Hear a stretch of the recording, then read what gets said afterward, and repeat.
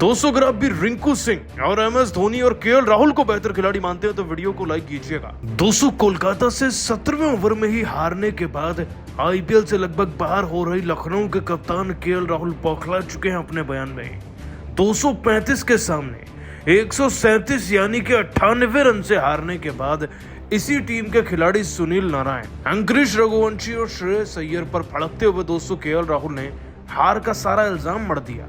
और दोस्तों अब लगभग IPL से बाहर होने के बाद KL राहुल ने भड़कते हुए क्या कहा है, आपको उनके बयान का पूरा वीडियो दिखाएंगे। लेकिन उससे पहले आप सभी को क्या लगता है, KL राहुल और ऋषभ पंत और धोनी में बेहतर विकेटकीपर बैट्समैन कौन है? नीचे कमेंट कीजिएगा।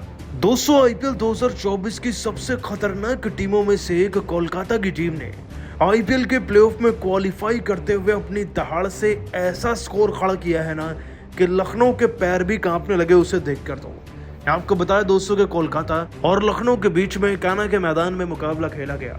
दोनों ही टीमें टॉप 4 में थी, यानी कि प्लेऑफ में पहुंचने की लड़ाई दोनों ही लड़ रही थी। लेकिन दोस्तों लखनऊ की टीम के साथ आज कुछ ऐसा हो गया जिसकी कल्पना KL राहुल ने अपने बुरे सपने में भी नहीं की होगी। दोस्तों फिलिप सॉल्ट 32 रन लगा गए 14 गेंदों में, लेकिन सुनील नारायण तो फिर से नारायण वाली फॉर्म में आ गए।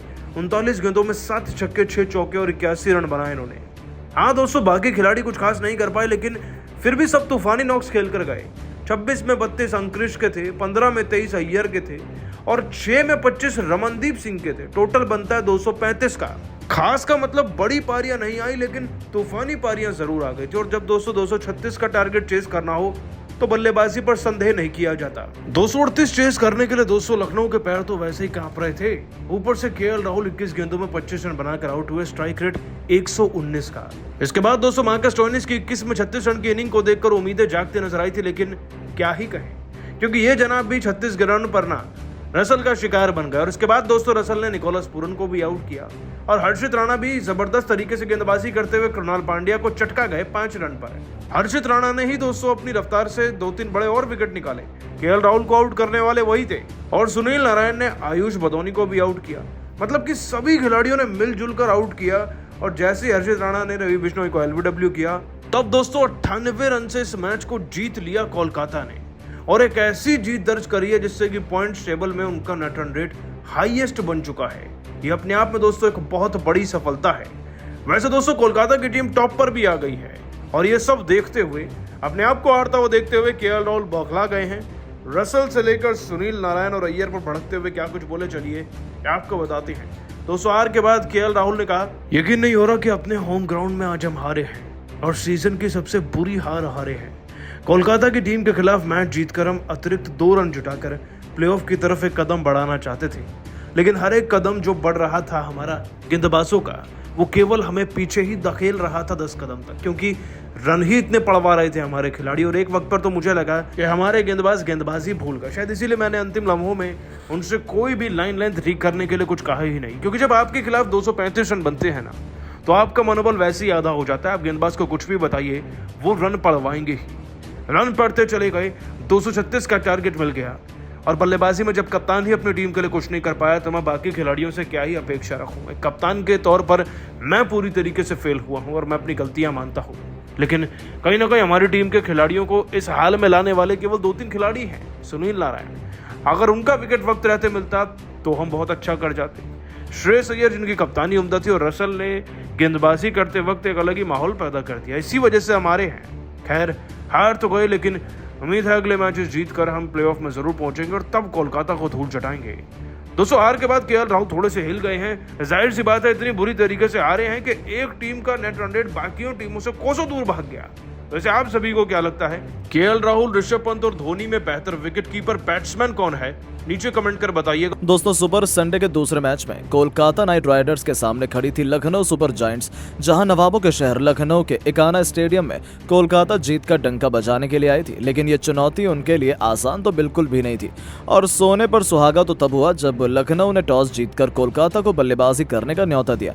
उनका कॉन्फिडेंस आसमान छू रहा था, लेकिन फिर कोलकाता के बल्लेबाजों ने जो किया उसे भूल पाना शायद लखनऊ के लिए अगले 10 सालों में भी पॉसिबल नहीं हो पाएगा। जी हाँ दोस्तों, कोलकाता के लिए अपनी टीम को धाकड़ शुरुआत दिलाने के इरादे से एक बार फिर सुनील नारायण के साथ फिलिप सॉल्ट की जोड़ी मैदान में आई थी, जिनके नाम ही गेंदबाजों के पसीने छुड़ाने के लिए काफी हैं। और पहले ही गेंद पर फिलिप सॉल्ट ने छक्का लगाकर अपना और अपनी टीम का जबरदस्त अंदाज में खाता खोला और अपने इरादे भी जाहिर कर दिए। तो सुनील नारायण भी पीछे कहाँ रहते, दोनों शेरों के मुंह में खून लग चुका था और फिर पूरा स्टेडियम केवल नारायण नारायण करता ही नजर आया।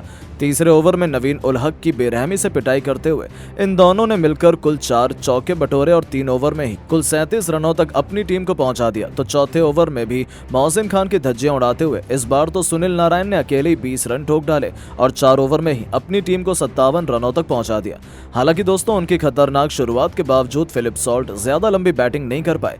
नवीन उल हक ने उन्हें वापस भेजकर कोलकाता को पहला झटका दिया, जहां सॉल्ट 14 गेंद पर 5 चौके और 1 छक्के की बदौलत केवल 32 रन बना पाए।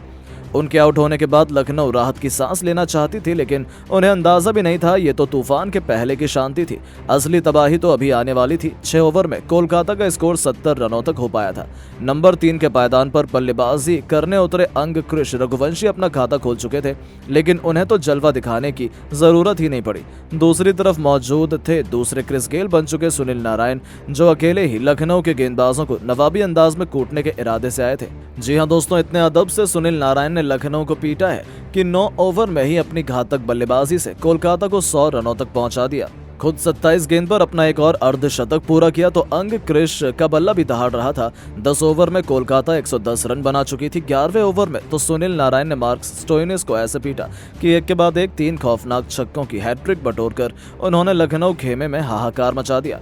मैदान लखनऊ का था, लेकिन नारे तो अभी से सुनाई दे रहे थे। कोलकाता और सुनील नारायण के ये खिलाड़ी बहुत तेजी से अपने शतक की तरफ बढ़ने लगे, लेकिन शायद सुनील और शतक एक दूसरे के अपोजिट है और एक बार फिर सेंचुरी के इतने करीब पहुंचकर ये खूंखार बल्लेबाज गलती कर बैठा।